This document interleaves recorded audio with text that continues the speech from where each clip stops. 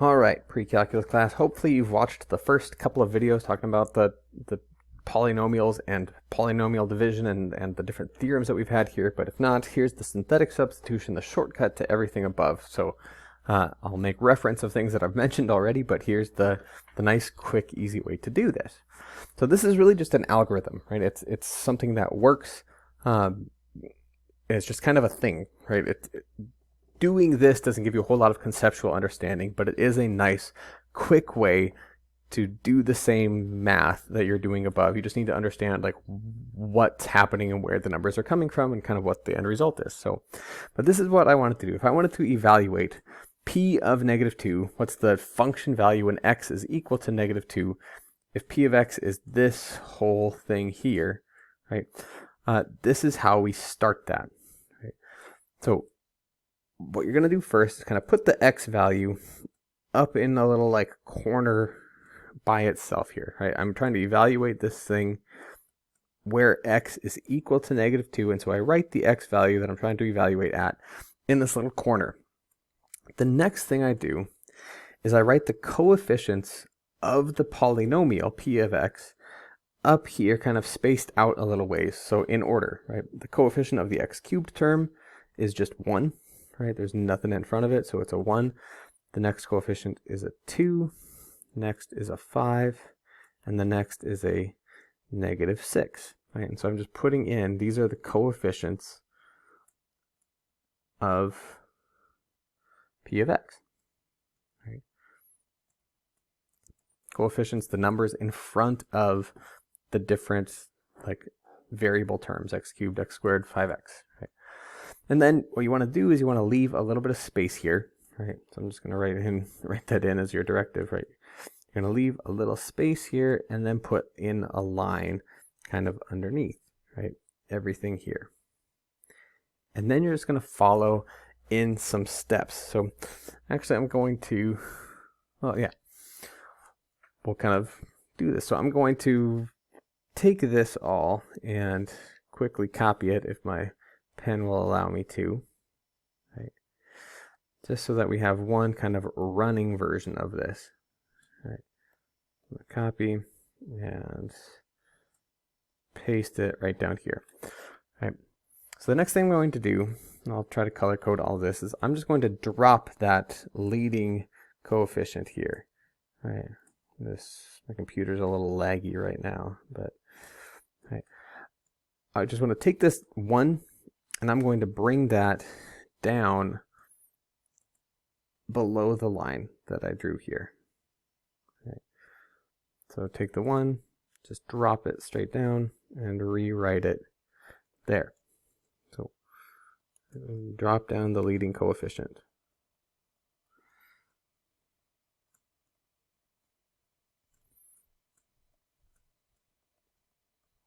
Down below the line.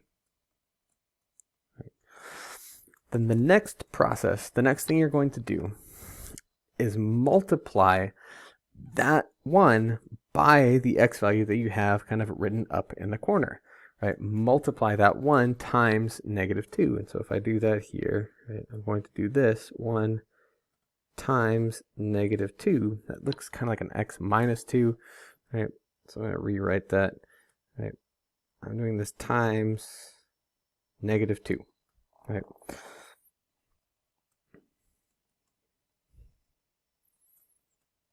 Multiply that number from above by -2, the x value.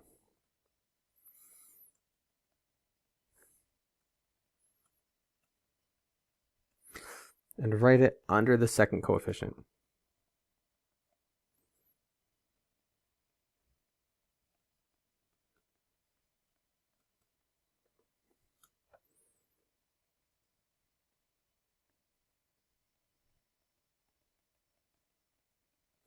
So I do 1 times -2 will give me -2 here. Okay. So let's take this that I have so far, copy it, I'm going to paste that just down a little bit below there. Right. Move it up a little ways. Okay, so what we've done so far. The next thing I'm going to do is add down that column, right?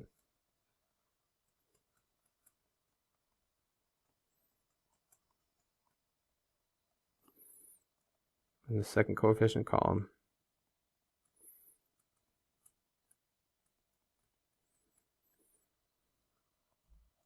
Together and write it below the line.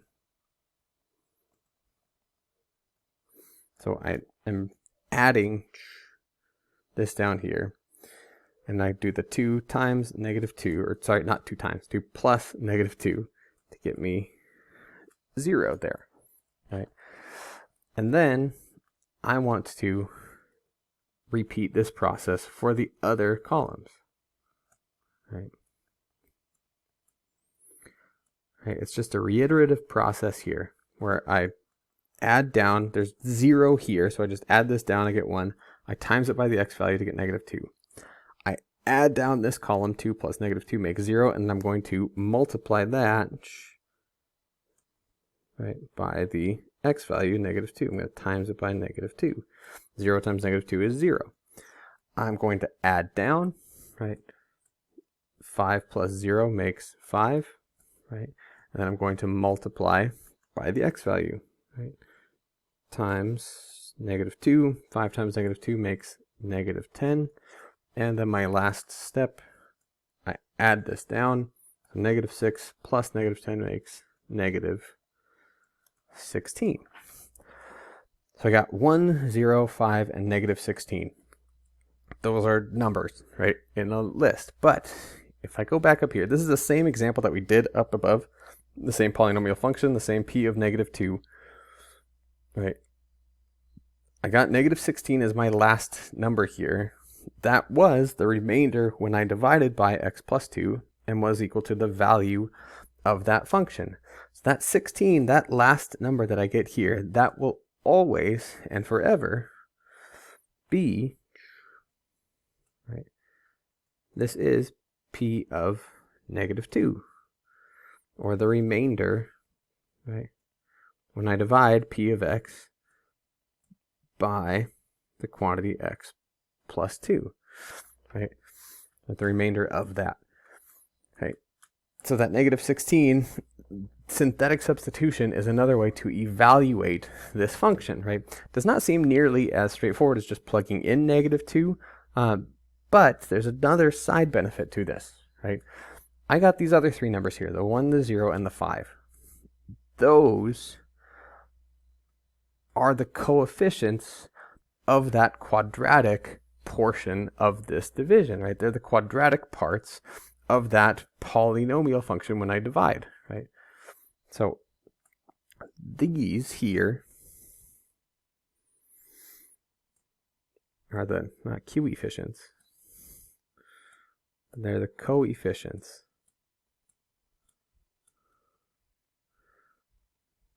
of the quadratic part of the result that I got, like if I did p of x divided by x plus 2. So all of the same stuff that I did up above here, that like evaluate p of -2 and divide p of x by the quantity x plus 2, I can achieve the same result here, right? Evaluate p of -2, it is -16. Divide p of x, so if I were to divide, p of x was x cubed plus 2x squared plus 5x minus 6 by the quantity x plus 2. I would get the quadratic portion is right here, the 1, 0, and the 5.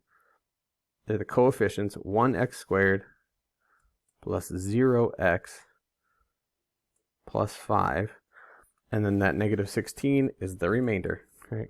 Plus -16 over x plus 2, right? So there's a couple of questions in the book that ask you to do this, evaluate p of -2. There you go. And it'll also say write it in that mixed number format. There's the mixed number, right, form of this division. Right? So that's the algorithm in a nutshell, right?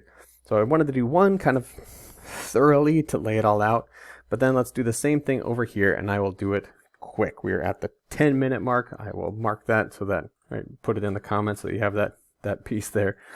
But we're going to do the same thing. I want to evaluate P of 3, right, using synthetic substitution. So let's do that here, right? And we're just going to do it really quickly. So the same process, right? I write the 3 up in the corner here, just like we did over there.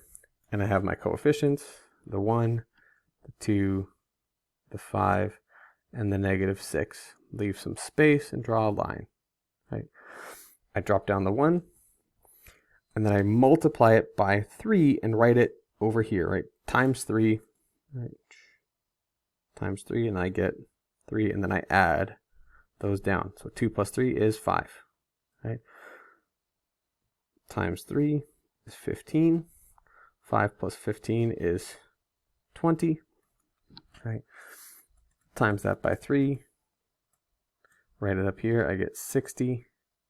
And -6 plus 60 makes positive 54. So the exact same process here, but just all in one. So there we go. There's my P of 3. Right? And here's my coefficients of the quadratic. And so I know that x cubed plus 2x squared plus 5x minus 6 all divided by x minus 3, that quantity x minus 3. To rewrite that in mixed number format, it would be 1x squared, the one from right here, plus, my battery's dying even though I just put it in a brand new one, plus 5x plus 20. Again, right, like there's my 5, there's my 5, there's my 20, there's my 20. It's not a clean factor though, because I have that remainder of 54, right? So I can't forget, do the plus 54 over the quantity x minus 3. And here is my mixed number form.